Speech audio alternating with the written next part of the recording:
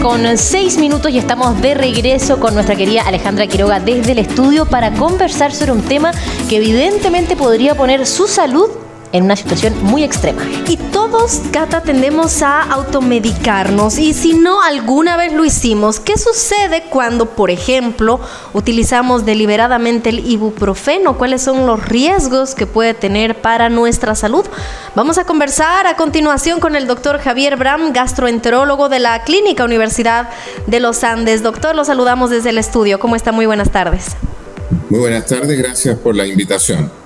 Felices de poder conversar de este tema que, como bien decía Ale, en Chile alrededor de 1/3 de la población, doctor, se automedica. O sea, todos tenemos al alcance un ibuprofeno, paracetamol, entre otros. ¿Por qué esto podría ser dañino a la larga o mal utilizando, digamos, este medicamento? Primero hay que decir que estos son medicamentos que por sus características, que son analgésicas, o sea, quitan el dolor, son antiinflamatorios, son utilizados porque son necesarios en la práctica por mucha gente. Y lo segundo es decir que estos son de libre acceso y por lo tanto uno puede ir a una farmacia y pedirlo al señor que vende los remedios y no le va a preguntar para qué lo va a tomar ni la dosis que va a tomar. Le va a vender lo que uno pida. Ahí está un poco el peligro. Ahora, sus características son un poco distintas porque el paracetamol es un analgésico exclusivo y también un poco controla la fiebre. En cambio, el ibuprofeno es un antiinflamatorio que tiene otro componente que hace que los riesgos sean distintos. Por lo tanto, si bien se parecen, no son exactamente lo mismo. Pero también no son lo mismo en los efectos adversos que tienen y en los riesgos de producir enfermedad. La paradoja se produce, por ejemplo, para entrar en el tema, que el paracetamol es un medicamento muy seguro cuando se usan las dosis normales y puede ser extraordinariamente tóxico, pero muy tóxico particularmente para el hígado cuando uno toma una dosis exagerada, que por decir, no sé, una caja completa, que hay gente que se lo toma con distintos propósitos, por supuesto. Entonces hay que tener cuidado porque estos fármacos tienen un perfil de seguridad alto, pero son tóxicos conocidos cuando se toman a dosis altas. Sin embargo, siguiendo con el paracetamol, también puede producir a veces enfermedad hepática en individuos que tomando dosis normales, corrientes, las toman por periodos más prolongados, pero que tienen además algunas situaciones basales o preexistencias, llamémosle como enfermedades hepáticas, son bebedores de alcohol y otros. Entonces ahí se junta un poco la dosis normal con el riesgo de toxicidad, porque el paracetamol, como digo, insisto, es un medicamento que usado con prudencia es un remedio seguro. El problema está con la sobredosis y con enfermedades asociadas, por ejemplo, todo esto relacionado al paracetamol. Doctor, ¿qué pasa si una persona, por ejemplo, tuvo hepatitis anteriormente? ¿Verdad o mito, el ibuprofeno podría ser más dañino que para una persona que, por ejemplo, no haya tenido esta enfermedad? El ibuprofeno, como decíamos al inicio, es un fármaco distinto, es un antiinflamatorio además. El ibuprofeno puede producir toxicidad incluso con las dosis normales, no así el paracetamol, ya lo decíamos. Y de hecho uno puede desarrollar toxicidad hepática precisamente por ibuprofeno, y también puede tener toxicidad del riñón cuando uno toma ibuprofeno por periodo un poco más largo, aunque sean dosis normales. Ahora, relaciona a las personas que han tenido hepatitis previamente.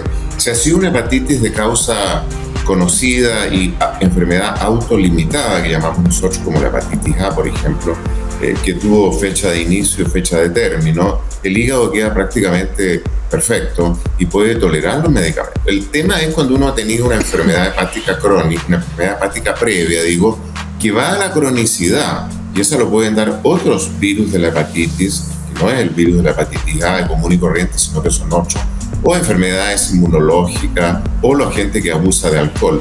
Por lo tanto, el mensaje es que las enfermedades hepáticas previas, por cualquiera sea la causa, incluyendo las hepatitis, como me preguntan, que se quedan en el organismo, que no se logran librar, esas por supuesto que exponen a los individuos que toman medicamentos, entre los cuales están el paracetamol y el ibuprofeno, ¿eso es cierto? Situémonos en el contexto de una persona que quizá, en el intervalo de ingesta de ibuprofeno no ha considerado los tiempos correctos, se ha tomado prácticamente la tableta completa. ¿Cuáles serían los signos o los síntomas que podría presentar su cuerpo, por ejemplo? El ibuprofeno, por ser antiinflamatorio, como todos los antiinflamatorios, unos más, unos menos, pueden producir en el corto plazo y a veces con un par de tabletas, 1 o 2 días de tratamiento, otros temas que no hemos conversado hasta ahora, que son los problemas gástricos. Y se sabe hoy día que todos los antiinflamatorios, más conocidos como AINES, pueden producir gastritis, úlcera y eso llevar, por ejemplo, a una hemorragia digestiva. Y eso ahí sí que no depende de la dosis, depende de las dosis normales, individuos que tienen un problema traumatológico, una fractura, una inflamación, y pueden desarrollar producto del ibuprofeno, como digo, gastritis, empezar con molestias, acidez y finalmente, eventualmente tener una gastritis o una hemorragia. Todavía se sigue viendo en los servicios de urgencia gente que consulta por una hemorragia digestiva y uno cuando hace un interrogatorio dirigido se encuentra que lo que hay como factor de riesgo son antiinflamatorios. Por ejemplo, el ibuprofeno, que es una característica para algunos. El tema fundamental de todo lo que estamos hablando es que uno no puede anticipar a qué individuos le va a pasar alguna cosa. Por lo tanto, eso es lo que lleva a tratar de ser muy estrictos en evitar la automedicación, sobre todo cuando es una automedicación prolongada. Y lo otro que hay que tener cuidado es la interacción farmacológica, que quiere decir la relación que tiene un medicamento con otro medicamento, cuando se juntan estos remedios. Lo otro que hay que decir, que en particular el paracetamol, no tanto el ibuprofeno, además está contenido en otras tabletas antigripales. Hay una serie de fármacos que contienen varias cosas en una tableta y ahí muchas veces va el paracetamol incluido. Y por último, como ya decíamos, la interacción, que es algo que no se tiene mucho en cuenta, entre cuando uno está tomando otros remedios por otras enfermedades y además toman estos antiinflamatorios, hay que tener cuidado con daños a nivel del riñón, a nivel del hígado, a nivel del estómago. ¿Sí? Y por ejemplo, si hablamos de los antihistamínicos, doctor, ¿podría ser realmente contraproducente mezclar este tipo de fármacos? ¿O qué sucede con una persona que presenta cualquier tipo de alergias y si toman antiinflamatorios o cualquier fármaco en general, también podría ser contraproducente? Los antialérgicos o antihistamínicos, que son remedios muy simples y que casi no tienen efectos adversos, salvo que pueden producir un poco de sueño. Diferente cuando uno usa corticoides con una alergia mayor. Ahí hay que tener cuidado porque corticoides más antiinflamatorios se suman, pero un antihistamínico común y corriente usado con precaución, diría que son remedios bastante seguros en general. Lo otro que quería agregar a propósito del paracetamol es algo que ha ocurrido en Chile en los últimos años, es que las tabletas de paracetamol que eran normalmente de 500 miligramos, hoy día hay de 1000, o sea, se duplicó la dosis en la misma tableta. Eso hace que individuos que estaban acostumbrados a tomarse una tableta de 500 se tomen ahora de 1000 y por supuesto duplican la dosis. No toda la gente se entera de esto, porque existe el concepto falso dentro de la gente. El paracetamol es un fármaco muy seguro. Efectivamente lo es, pero hay que tener cuidado con las dosis exageradas, particularmente en individuos con enfermedades previas, que es lo que ya decíamos hace un rato. ¿Qué pasaría a nivel cardiovascular, por ejemplo, si no tomamos conciencia con respecto a la automedicación? La automedicación es un concepto muy amplio porque necesariamente cuando uno habla de este tema tiene que tratar de acotarlo a fármacos en particular. Yo diría que en general la automedicación como concepto es una mala recomendación. Saca de apuros, me refería, doctor, disculpe, pero no es una buena recomendación. A nivel cardiovascular, porque hemos hablado a nivel gástrico, por ejemplo.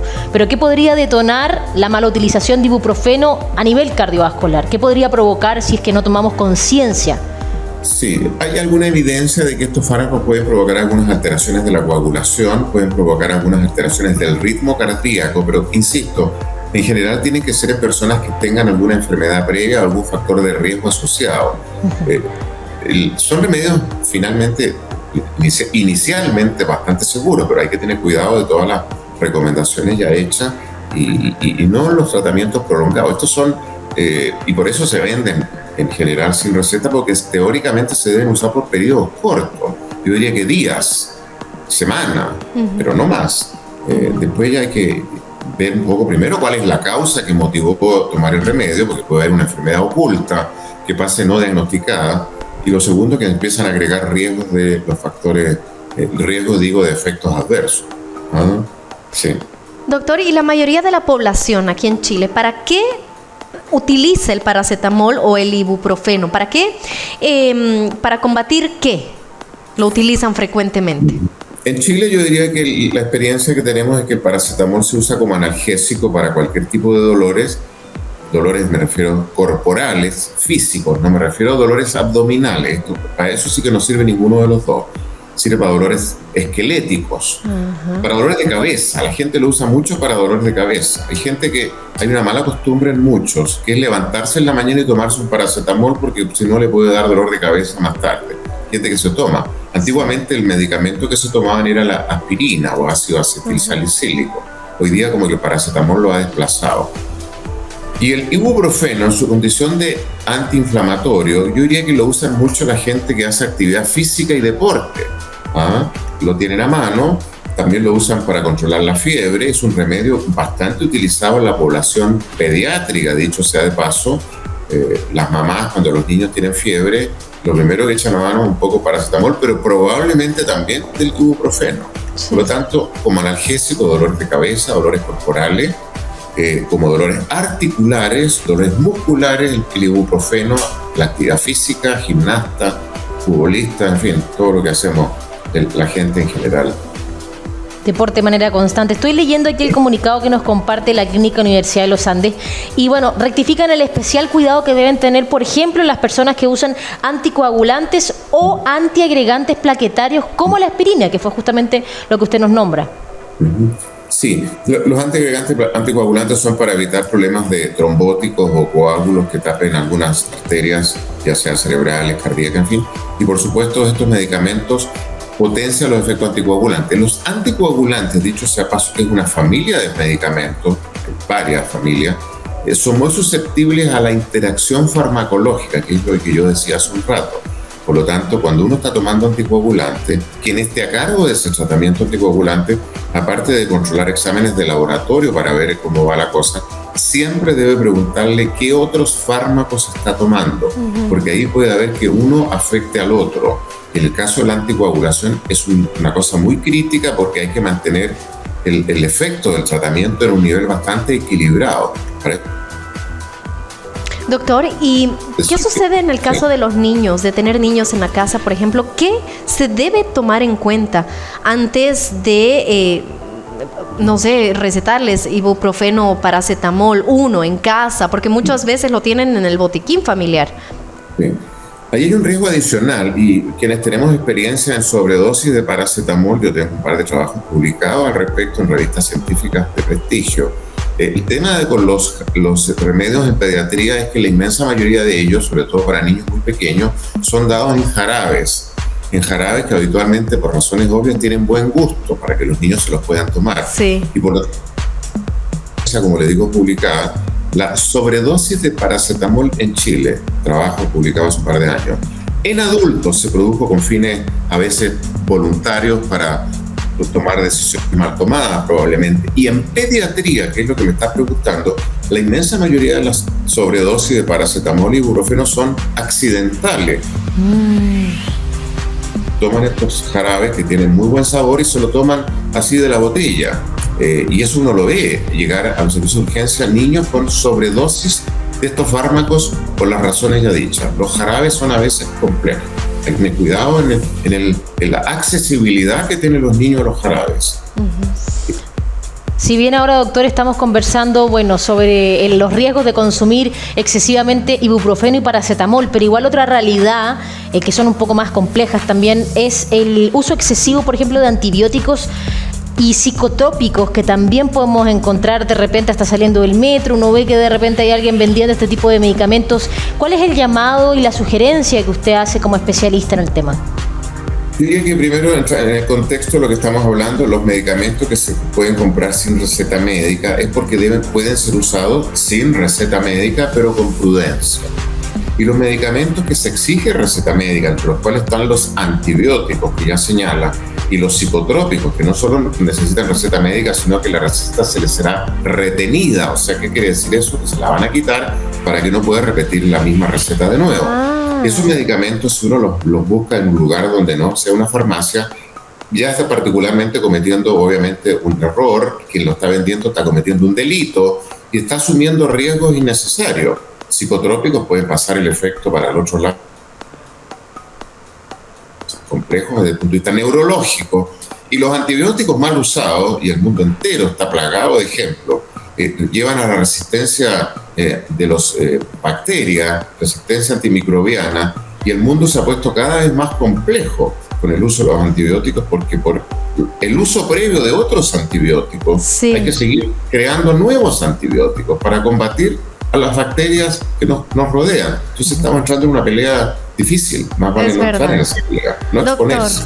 Le agradecemos muchísimo por su tiempo y por habernos enseñado muchísimo más acerca de cómo ser más responsables a la hora de automedicarnos y no tomar tan deliberadamente cualquier remedio. Le agradecemos su tiempo, doctor. Gracias por la invitación. Continuamos aquí acompañándoles en tu conexión matinal y queda todavía un ratito más de nuestro querido matinal. Así que si yo fuera usted, no me despego del 14.1. Ya volvemos.